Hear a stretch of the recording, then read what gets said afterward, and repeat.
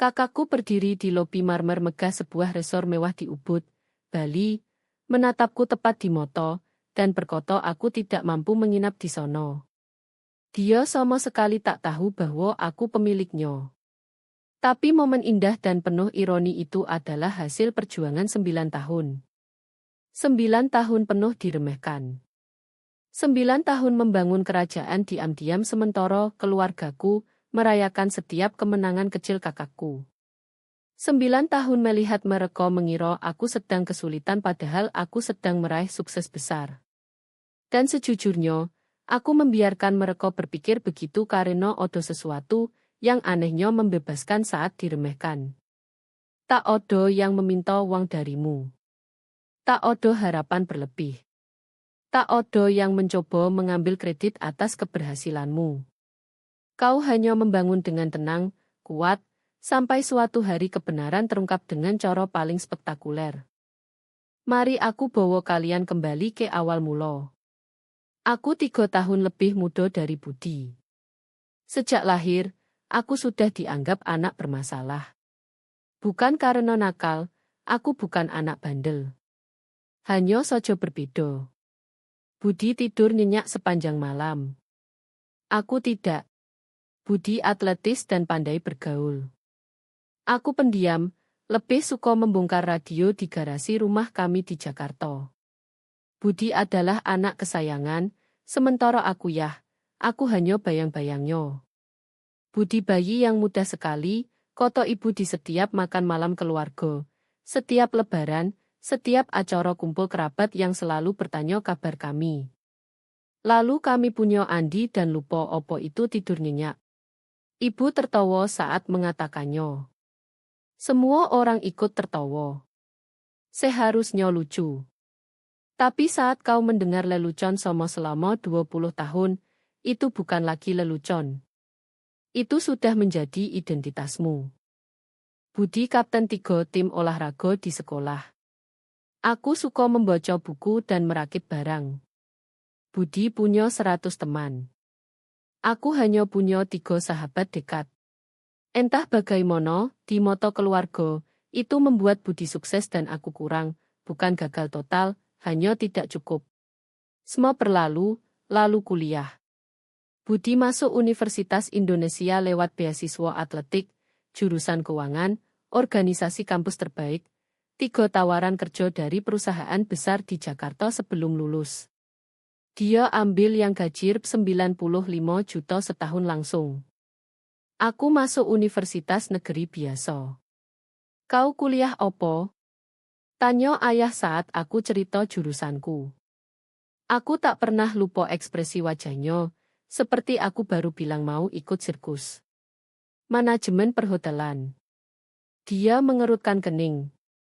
Sungguh. Kuliah untuk belajar tentang hotel. Ini program terhormat. Tapi kau tak kewi. Tidak, aku memang tak kewi. Aku ke Universitas Negeri Praktis dengan program yang mengajarkan bisnis yang aku obsesi. Karena begini, tak ada yang mengerti. Aku bukan cuma suka hotel. Aku terpesona olehnya. Operasional, pengalaman tamu, manajemen pendapatan, cara sebuah properti yang dikelola baik terasa seperti mesin presisi sekaligus karya seni. Setiap peran saling terkait, setiap detail penting. Indah sekali bagiku. Tak ada satu pun di keluargaku yang mengerti. Aku kerja sambil kuliah. Mulai sebagai resepsionis di Hotel Nusantara dengan upah minimum. Belajar layanan tamu, lalu audit malam, lalu bantu sarapan saat dibutuhkan. Aku ambil setiap shift yang tersedia. Pelajari setiap peran. Serap semuanya. Sementara mahasiswa lain pesta atau tidur siang, aku belajar cara merapikan kamar dalam 12 menit. Tangani tamu marah jam 2 pagi. Antisipasi kebutuhan sebelum diucapkan. Budi pulang Natal tahun keduaku kuliah naik Audi baru. Bercerita tentang apartemen di Jakarta dan makan malam mewah dengan rekening perusahaan di restoran yang hanya kulihat di DEF. Andi kerja di Hotel Nusantara, Katanya podo teman kuliahnya sambil tertawa, hidup impian. Padahal itu bukan impian yang dia pahami. Setelah lulus, aku direkrut sebagai asisten manajer di hotel kelas menengah di Jakarta. Gaji 38 juta setahun. Kerja 60 jam seminggu, pelajari segalanya. Manajemen operasional, optimalisasi pendapatan, pelatihan staf, penanganan krisis. Kalau terjadi di hotel, aku ingin paham sampai ke dalam. Budi tunangan dengan Sinto, pengacara perusahaan dari keluarga Koyolomo, yang punya silsilah dan cerita turun-temurun. Pesta pertunangan mereka di Country Club dengan open bar, hidangan pembuka, dan pemain biola. Aku naik dari Jakarta pakai satu-satunya jas yang longgar karena aku kurus karena stres kerja. Ini adikku, Budi mengumumkan sambil memelukku pura-pura. Dia kerja di hotel. Aku asisten manajer. Dia di industri perhotelan, Budi menerjemahkan seperti aku bicara bahasa asing. Ayah Sinto, Pak Wijoyo, menjabat tanganku dengan genggaman kuat. Orang yang seumur hidup menilai orang dari kekayaan bersihnya. Hotel. Menarik. Budi bilang kau kerja di resepsionis. Aku manajemen, tapi mulai dari resepsionis. Bagus untuk membangun karakter. Dia bilang cukup baik, tapi aku lihat dia menghitung nilaiku secara real time dan merasa kurang. Selama 3 tahun berikutnya, aku naik dari asisten manajer jadi manajer lalu senior manajer, Jakarta ke Surabaya. Gajiku naik jadi 67 juta. Aku kini belajar perhotelan mewah, dunia bintang 4 dan 5 di mana detail bukan penting, tapi segalanya. Aku juga menabung setiap rupiah. Apartemen studio, Toyota 10 tahun, pakaian kerja bergantian. Setiap uang ekstra masuk tabungan dan investasi. Aku punya rencana. Budi juga naik. Analis senior, asosiate, gaji ratusan juta. Dia dan Sinta beli rumah di City, 3 kamar, dekorasi profesional, layak majalah. Aku beli properti pertama di usia 29, hotel butik sedang kesulitan di Bandung, 3 bulan lagi lelang. Pakai semua tabungan 1,8 miliar plus pinjaman bisnis yang bikin aku tak tidur. Habiskan setahun membalikannya. Perbaiki operasional, latih ulang staf, renovasi area kunci, bangun reputasi satu tamu demi satu tamu. 2 tahun kemudian jual dengan untung 280%. Tak ada di keluargaku yang tahu. Mereka kira aku masih kerja di hotel biasa, gaji 67 juta. Aku 32 saat beli properti kedua. Lalu ketiga. Hotel mewah kecil, penginapan, properti butik yang underperform tapi punya pondasi hebat. Aku kembangkan sistem, identifikasi properti berpotensi, akuisisi, perbaiki operasional, renovasi strategis, bangun brand, jaga profit atau jual untung besar. Di usia 35, aku punya 7 properti di 4 provinsi. Perusahaan manajemenku, Puncak Hospitality Indonesia, punya 43 karyawan. Kekayaan bersihku sekitar 350 miliar. Keluargaku kira aku manajer hotel gaji mungkin 70 juta setahun. Aku tak koreksi. Dan jujur, odo yang anehnya membebaskan dari anggapan mereka. Tak odo yang minta uang. Tak odo ekspektasi. Aku bisa bangun kerajaan bisnisku dengan tenang sementara mereka sibuk rayakan prestasi Budi. Lalu Budi umumkan pernikahan. Pernikahan besar gaya destinasi, resor mewah di Ubud, Bali. 200 tamu acara akhir pekan. Pernikahan abad ini, koto ibu dicat mingguan. Tempatnya resort Puri Elite Ubud. Aku pemilik resort Puri Elite Ubud. Aku akuisisi 18 bulan lalu seharga 130 miliar. Properti bersejarah indah yang dikelola buruk sekali. Habiskan 50 miliar lagi untuk renovasi. Kini resor mewah tertinggi rating di Ubud, Bali. Booking 89% sepanjang tahun, tarif kamar rata-rata 28 juta per malam. Koordinator pernikahan yang kerja dengan Sinto dan Budi tak tahu aku pemilik properti kooperasi di bawah Nomo Puncak Hospitality Indonesia.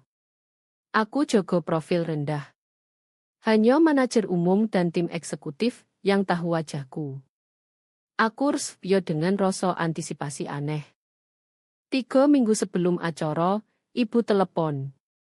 Andi, kita perlu bahas soal hotel. Soal opo? Yah, Budi pesan blok kamar di resort Puri Elite untuk keluarga, tapi kamarnya mahal sekali. Rp 28 juta per malam untuk akhir pekan pernikahan. Oke, Andi, itu Rp 84 juta untuk 3 malam. Plus biaya resor wajib, minimal makan, semua tambahan. Total hampir Rp 140 juta. Aku bisa tangani, Bu. Ibu tertawa, bukan kasar, tapi seperti aku bilang sesuatu naif. Sayang, realistis dong. Itu lebih dari gajimu sebulan mungkin. Kami temukan losmen bagus sekitar 12 km jauhnya. Losmen Parkway di Rp 1,7 juta per malam, jauh lebih cocok. Aku duduk di kantor, lantai atas pabrik tekstil renovasi di Jakarta, yang jadi markas perusahaan. Lihat layar komputer tampil okupansi Realtime 7 properti. Baiklah, Bu. Losmen Parkway kedengarannya oke. Oh bagus. Senang kau realistis. Budi dan Sinto lega sekali. Mereka merasa bersalah soal biaya, tapi mereka benar-benar ingin resor Puri Elite. Mereka ingin resorku sempurna. 2 minggu sebelum pernikahan, Budi telepon. Hei Andi. Ibu cerita soal losmen. Gak opo. Dengar, aku tak mau jadi jahat, tapi mau kasih tahu duluan. Resort Puri Elite sangat upscale. Sangat upscale. Dress code makan malam minimal busines casual. Semua mahal. Restorannya Rp 1,2 juta per menu. Aku ingat itu. Aku hanya tak mau kau merasa tak enak. Mungkin makan di restorannya losmen sojo. Dan jelas kau diundang semua acara pernikahan, tapi kalau pesta pro acara terlalu mahal, tak ada yang menghakimi kalau kau skip. Terima kasih perhatiannya, Budi. Setelah telepon, aku kirim pesan ke Pak Laksono, manajer umum di resort Puri Elite. Aku hadir di pernikahan keluarga Pratomo akhir pekan depan. Jogo kerahasiaan kepemilikan. Aku check-in di losmen Parkway atas namaku. Pantau rombongan pernikahan kalau ada masalah. Balasannya langsung. Mengerti, Pak Andi. Haruskah saya siapkan suite pemilik biasa kalau-kalau? Yo, tapi jangan catat di buku. Aku putuskan hari itu apakah pakai. Akhir pekan pernikahan tiba. Aku naik mobil biasa, Lexus S353 tahun. Bagus tapi tak norak. Lewat resort Puri Elite dulu, lihat jalan panjang berpohon, mansion bersejarah putih berkilau di bawah matahari sore, halaman terawat profesional, area parkir sudah penuh Mercedes, Tesla. Aku awasi setiap detail renovasi. Secara pribadi, sempurna. Aku lanjut ke losmen Parkway. Persis seperti yang kau bayangkan Rp 1,7 juta semalam. Losmen tua pinggir jalan, parkir berumput, neon berkedip. Kamar bau penyegar buatan tutupi bau rokok puluhan tahun. Wifi lelet. Kasur bergumpal. At berisik. Aku keluarkan baju pernikahan, gantung di lemari meragukan, duduk di spray usang cep ponsel. 17 email dari manajer properti. Laporan pendapatan naik 31% tahun ke tahun. 2 peluang akuisisi perlu review, permintaan wawancara majalah perhotelan. Aku tangani semua dari losmen sementara keluargaku menginap di properti yang aku punya. Makan malam sambutan Jumat malam di Resort Puri Elite. Aku tiba jam pukul 18.45, parkir lesus di antara mobil mewah. Resort terlihat sempurna. Tim fasilitas kerja luar biasa. Taman rapi. Lampu luar ciptakan suasana magis. Aku masuk aula resepsi utama. Lampu gantung kristal asli 1920-an, direstorasi mahal. Lantai parket mengkilap sempurna. Rangkaian bunga segar mungkin rp 9 juta per buah. Budi dan Sinto memimpin dekat bar. Keduanya pakai baju lebih mahal dari sewa bulanan kebanyakan orang. Andi. Budi lihat aku. Kau datang. Aku terima pelukannya. Selamat. Tempat ini luar biasa yo. Layak setiap rupiah. Suite kami odo perapian, batub, balkon pribadi. Rep 28 juta semalam, tapi benar-benar layak. Indah sekali. Gimana los menyo? Dia bilang penuh simpati, seperti tanya diagnosis terminal. Biasa sojo. Yah, setidaknya kau di sini. Itu yang penting.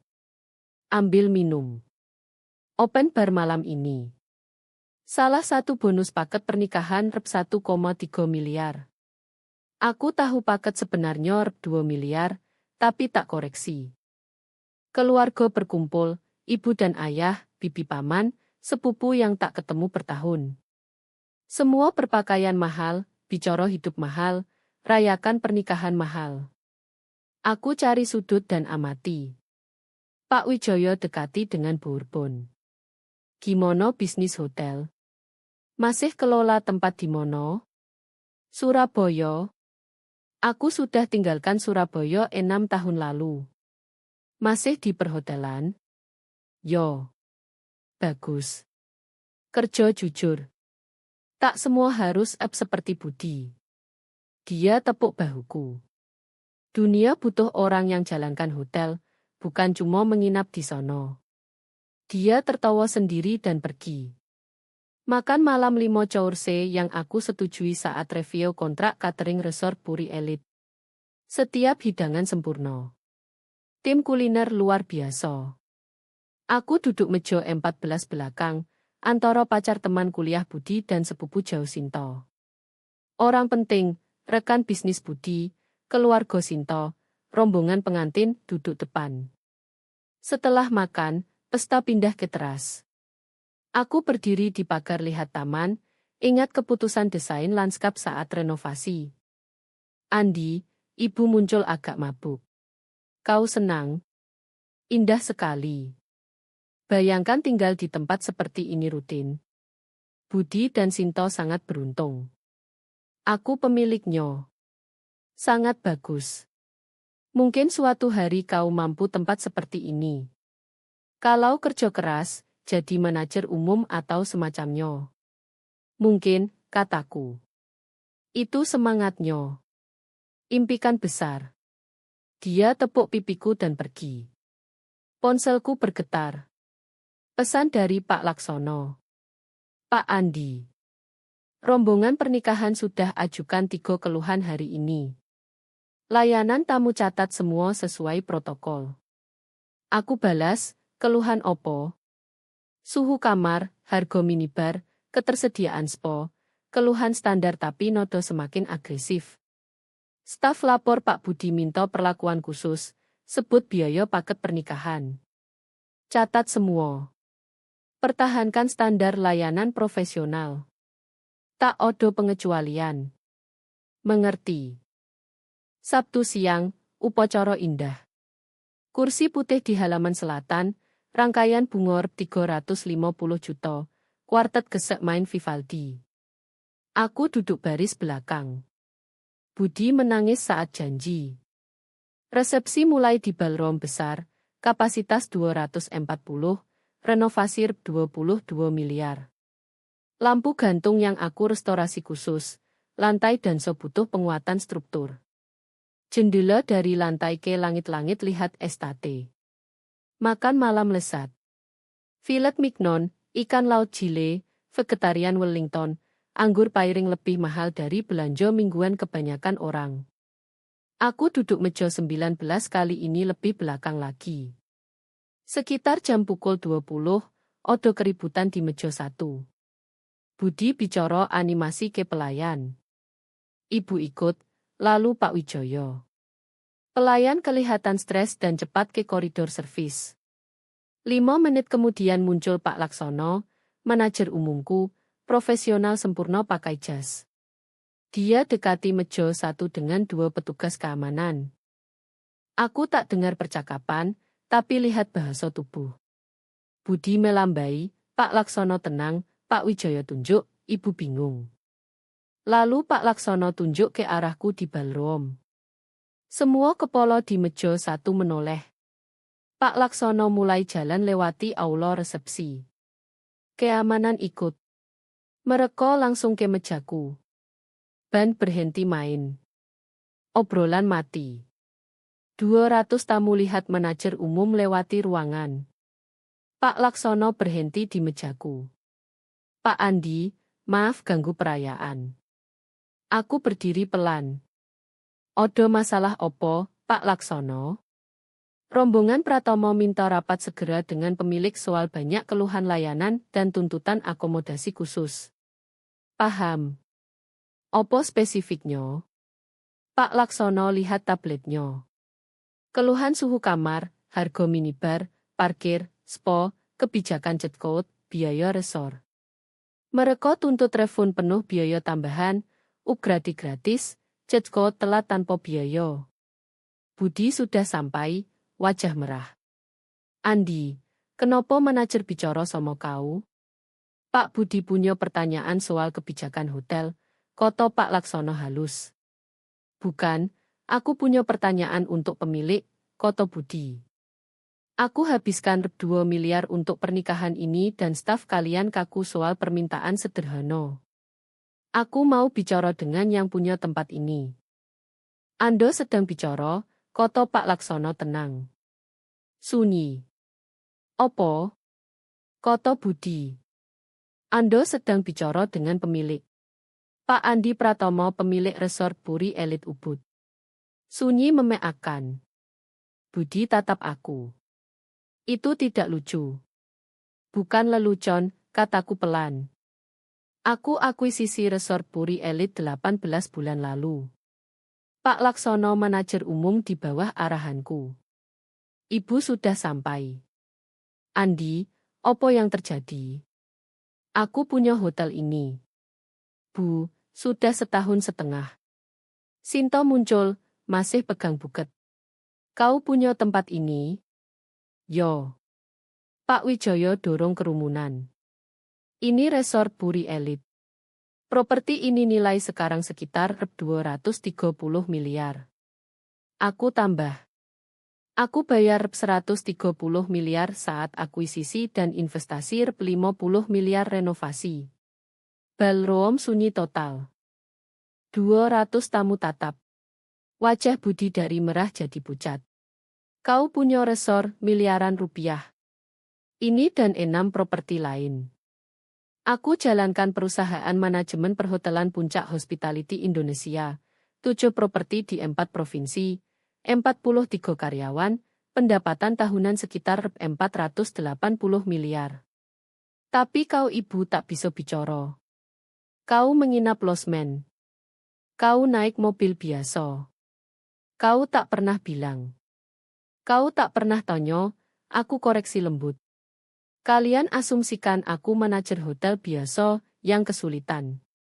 Kalian bilang losmen lebih cocok untuk budgetku. Aku tak koreksi karena lebih mudah daripada jelaskan.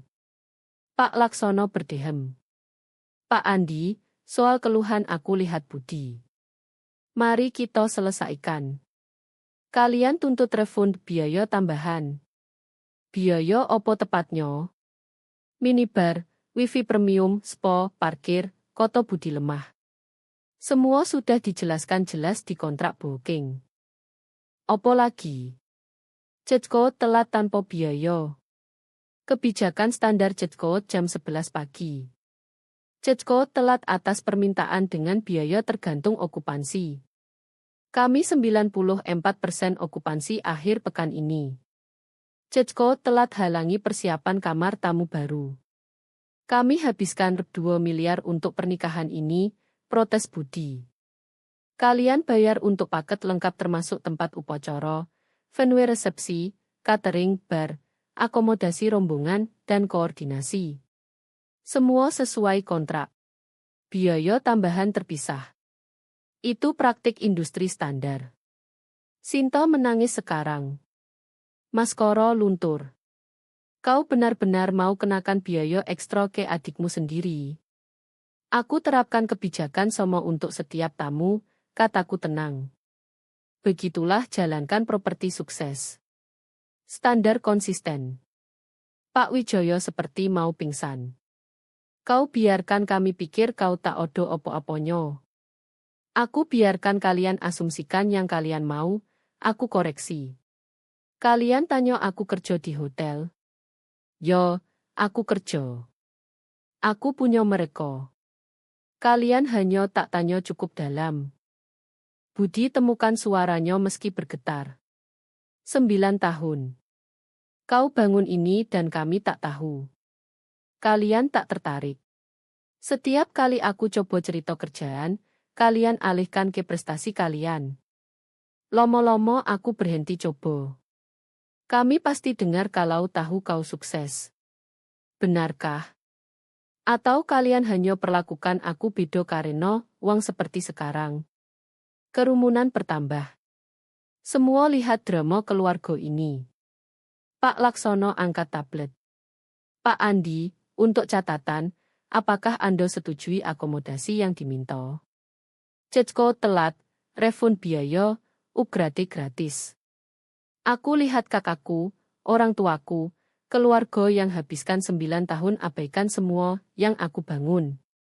Tidak, kataku tegas. Semua biaya tetap sesuai kontrak. Waktu Cecko standar berlaku. Tak ada pengecualian. Tapi kami keluarga, koto ibu putus asa. Tepat. Keluargamu. Kalian habiskan 9 tahun pikir aku gagal sementara, aku bangun bisnis rep 480 miliar. Kalian taruh aku di losmen sementara, kalian menginap hotel mewah yang aku punya. Kalian beri nasihat naik tangga sementara, aku punya seluruh gedung. Dan kalian tak pernah sekalipun tanya sungguh tentang hidupku. Ayah moto berkoco. Kami tak tahu. Kalian tak peduli tahu, aku koreksi. Odo bedanya. Kalian nyaman dengan versi kalian tentang aku. Adik kecil yang gagal yang bikin Budi kelihatan lebih baik. Mempertanyakan narasi itu pasti tak nyaman. Budi duduk berat. Kau benar-benar koyo. Aku sukses di industriku. Apakah itu bikin koyo subjektif? Berapa kekayaan bersihmu? Tanya Pak Wijoyo lemah. Dengan 7 properti. Itu info pribadi, tapi karena semua tertarik, sekitar 350 miliar, sebagian besar di ekuitas properti dan aset bisnis. Angka itu bergema di ballroom sunyi. Pak Laksono masih berdiri sabar. Pak Andi, boleh saya kembali tugas?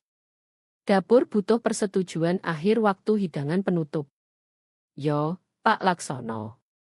Lanjutkan rencana dan pastikan tagihan akhir Pak Budi terinci lengkap. Setiap biaya didokumentasi jelas. Tentu, Pak. Pak Laksono pergi. Kerumunan pelan bubar. Tamu kembali ke meja, bisik-bisik. Aku tetap berdiri. Budi tak bergerak. Ibu dekati hati-hati. Andi, bisa kita bicara pribadi? Tak odo yang pribadi lagi. Kalian tahu sekarang opo yang aku lakukan, opo yang aku bangun. Kalau mau hubungan ke depan, harus berdasarkan realita, bukan fiksi nyaman yang kalian suka. Kami sayang kau, koto ibu menangis. Kalian sayang versi aku yang tak tantang posisi Budi sebagai anak emas. Aku tak mau jadi orang itu lagi. Aku ambil ponsel dan dompet. Aku mau pergi. Silakan nikmati resepsi sisanya. Hidangan penutup luar biasa. Aku setujui menunya sendiri. Mau kemono? Tanya ibu. Mungkin kembali ke losmen. Mungkin upgrade ke suite asliku di sini. Belum putuskan. Kau punya suite di sini? Tanya Budi Hampo. Suite pemilik.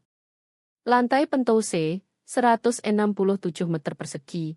Teras pribadi, dapur lengkap. Aku siapkan saat kunjungi properti. Aku mulai jalan ke pintu keluar. Andi. Budi panggil. Aku berhenti, balik, dia berdiri, jalan pelan. Maaf untuk semuanya. Karena tak pernah lihat kau, tak pernah tanya, perlakukan kau seperti kurang. Terima kasih. Bisa kita perbaiki. Aku pertimbangkan sungguh. Mungkin. Tapi Budi, aku tak butuh validasimu lagi. Aku habiskan 9 tahun bangun sesuatu luar biasa tanpa dukunganmu. Aku lakukan saja. Kalau kita bangun hubungan lagi, harus karena kita benar-benar mau kenal satu sama lain, bukan karena kau terkesan rekeningku. Aku mau kenal kau, katanya tulus. Kau yang sebenarnya, bukan versi yang kami ciptakan. Telepon aku minggu depan. Tanyakan kerjaanku sungguh. Dengar jawabannya. Kita lihat bisa bangun yang nyoto. Aku tinggalkan ballroom, lewati lobi yang aku desain, lewat resepsionis di mana staf pertahankan profesionalisme sempurna, keluar ke mobil. Ponselku bergetar, pesan Pak Laksono. Suite pemilih sudah siap kalau mau menginap, Pak. Sampanye gratis dan scotch terbaik di bar. Aku senyum balas. Aku sampai 20 menit lagi. Aku balik ke losmen sekali terakhir, kemas tas, check out, kembali ke resort Puri Elite. Manajer malam check-in pribadi. Selamat datang pulang, Pak Andi. Suite Pentose siap. Aku naik lift pribadi ke Pentose. Suite sempurna. Jendela panorama lihat halaman resort, furnitur custom, finishing mewah, setiap detail sesuai spesifikasiku. Aku tuang 3 jari scotch 30 tahun, langkah ke teras. Di bawah, aku lihat lampu ballroom. Resepsi lanjut, keluargaku rayakan pernikahan Budi di properti yang aku punya. Akhirnya paham opo yang aku bangun sementara mereka sibuk abaikan aku. Ponselku bergetar sepanjang malam, pesan banjir masuk. Budi, aku benar-benar minta maaf. Bisa kita bicara besok? Ibu, tolong jangan benci kami. Ayah, kami bangga sekali padamu. Harusnya kami bilang 9 tahun lalu. Aku bocor semua. Belum balas. Besok cukup. Aku berdiri di teras lihat propertiku, pikir perjalanan yang bawa aku ke sini. Karyawan nomor 1 di Hotel Nusantara jadi pemilik 7 properti mewah. Gaji 38 juta setahun kerp 350 miliar kekayaan bersih. Dan aku lakukan dalam diam, tanpa validasi, tanpa dukungan, tanpa siapapun percaya padaku kecuali diriku sendiri. Itu bikin lebih manis. Pagi berikutnya, Pak Laksono bawa sarapan ke suite pribadi. Rombongan pernikahan CHO tepat jam 11 pagi, dia lapor. Semua biaya bayar penuh. Tak ada keluhan tambahan. Bagus.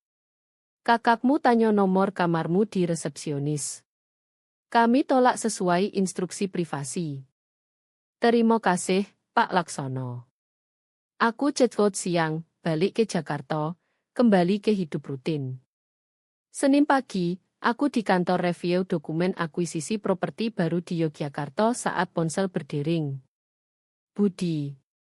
Aku pertimbangkan tak angkat, lalu angkat. Andi. Hei Budi.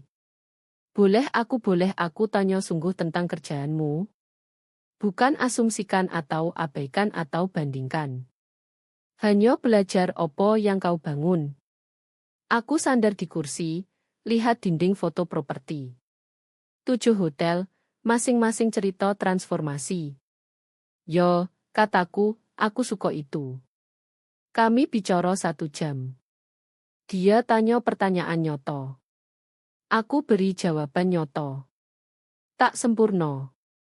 Bertahun-tahun abaikan tak sembuh dalam 1 obrolan, tapi itu awal, dan itu lebih dari yang aku harapkan karena sebenarnya aku tak butuh mereka paham.